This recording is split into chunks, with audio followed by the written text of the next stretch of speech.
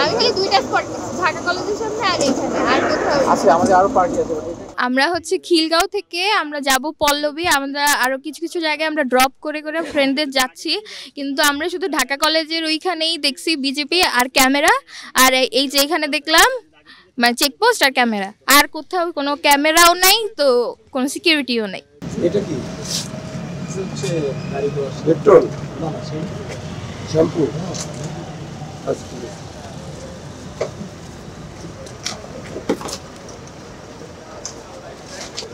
Ambulance আছে?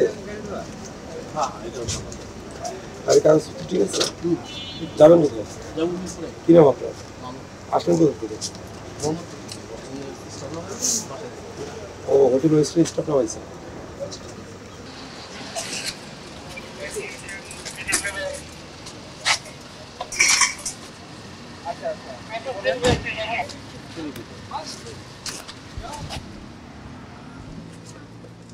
আপনি কোথা থেকে কোথায় যাচ্ছেন?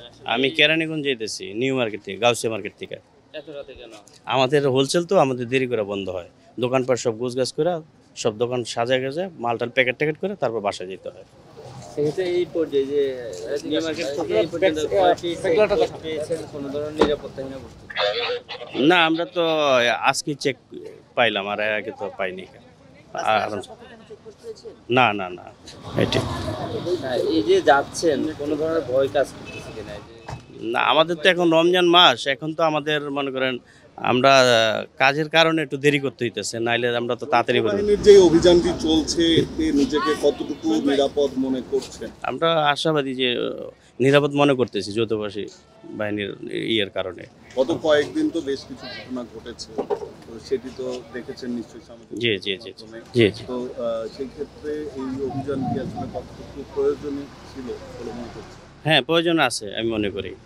কেন প্রয়োজনটা কেন? প্রয়োজন আছে, এখন আমাদের যারা কাজকর্ম করে বা ব্যবসা বাণিজ্য করে, এদের নিরাপত্তার জন্য এই অভিযানটা অবশ্যই প্রয়োজন আছে। আজকে যে আমরা খিলগাঁও থেকে আসলাম, কোথাও আমি কোনো সিকিউরিটি পাইছি না। আমি খালি দুইটা স্পট ঢাকা কলেজের সামনে আর এইখানে আর কোথাও আছে আমাদের আরো পার্টি আছে। আমরা হচ্ছে খিলগাঁও থেকে আমরা যাব পল্লবী, আমরা আরো কিছু কিছু জায়গায় আমরা ড্রপ করে করে ফ্রেন্ডদের যাচ্ছি, কিন্তু আমরা শুধু ঢাকা কলেজের ওইখানেই দেখছি বিজেপি আর ক্যামেরা, আর এই যে এখানে দেখলাম মানে চেকপোস্ট আর ক্যামেরা, আর কোথাও কোনো ক্যামেরাও নাই, তো কোনো সিকিউরিটিও নাই। তো এটা জাস্ট আমার কাছে মনে হইতেছে এটা জাস্ট ক্যামেরার জন্যই, আর কিছু না। দিনের যে রাতের বেলা যে অনাকাঙ্ক্ষিত ঘটনাগুলো, সেই ঘটনার পরিপ্রেক্ষিতে যে আপনারা রাতে বের হয়েছেন, সেক্ষেত্রে কতটা শঙ্কা মুক্ত বা কোনো ধরনের আতঙ্ক কাজ?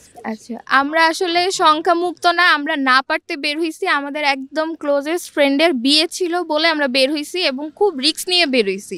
মানে আমরা হচ্ছে মানে আমরা কি বলবো, আমরা না পারতে বের হইছি, নইলে আমরা এই যে একটু আগে আমরা ফ্রেন্ডের ড্রপ করে আসছি, এখন আমরা ফোন দিতেছি যে ও বাসায় ঠিকমতো গেছে কিনা, কারণ ওর বাসাটা একটু গলির ভিতরে ছিল, আমরা একদম বাসার নিচে ওকে দিতে পারি নাই, তো আমরা আসলে কেউই সেফ ফিল করতেছি না। এখন আসলাম অফিস থেকে এসে, এখন বাসায় যাচ্ছি, বাসা এখানেই। আর এটা যদি মনে বলেন তাহলে আমি বলবো যে আমাদের সিকিউরিটি বাড়ছে আগে থেকে। আমরা মনে করি যে আমাদের সিকিউরিটি এখন আগে থেকে আমরা মানে অনেক ভালো পাচ্ছি, আগে যেটা ছিল না। নিশ্চিন্তে এখন চলাফেরা করতে পারছি, বাধা নেই অন্ততপক্ষে। আর আইন শৃঙ্খলা বাহিনী যেটা করছে সেটা ওনাদের অ্যাপ্রিসিয়েট করি, যে এই জিনিসটা আমাদের আরও আগে হওয়া উচিত ছিল।